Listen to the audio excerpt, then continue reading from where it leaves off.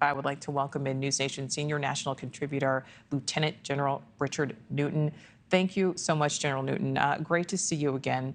So the reports of these massive shortages, I mean, has a potential shortage like this happened before? Why wasn't this better accounted for, if so? Well, good afternoon, Nichole. This is a national security issue, as you alluded to.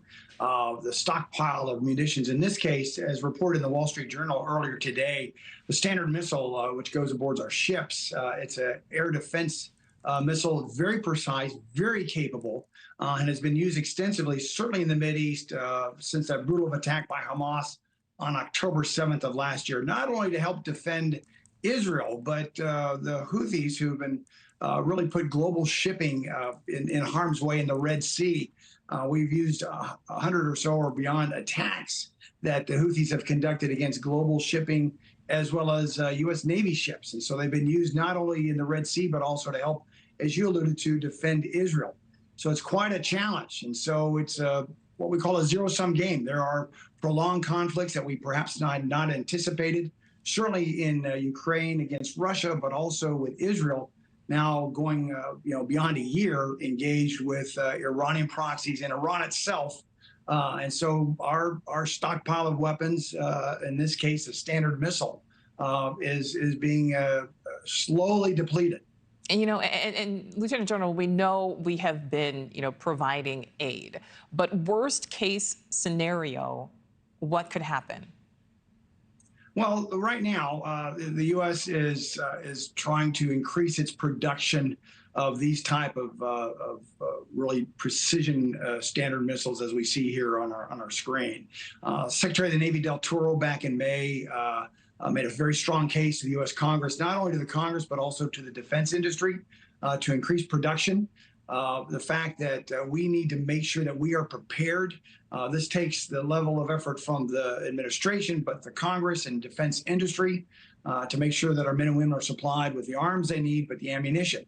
It's, you can have a great weapon system, and you can have a great gun, but if you're running out of bullets, that really is going to be a challenge. And so all eyes now are on the production of these, the stockpile of weapons. This is a U.S. national security issue, however, Nichole, that we perhaps haven't seen in years. Well, speaking of that, all eyes being on production, how quickly do you think this can be remedied?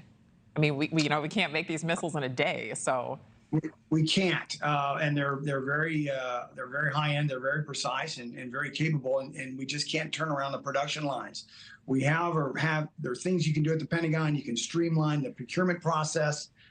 You can compel, industry and the Pentagon to make sure that they are on the same perspective, the same sheet, that the demands are being met by, the requirements that the combatant commanders have, but also that the defense industry is also working, as fast as they possibly can to produce these weapon systems, and particularly the ammunition aspect of this. The final point is, from a strategy standpoint, the United States needs to really be very clear in its strategy that we're going to be in these prolonged conflicts, I believe, not for the next several weeks or several months, but certainly for the next year or two, if not longer. We need to plan our procurement process and improve the efficiency of the stockpile, but also the quantity of the stockpile as well. Thanks for watching. Go to joinnn.com to find NewsNation on your screen. And don't forget to click the red subscribe button below to get more of NewsNation's fact-driven, unbiased coverage.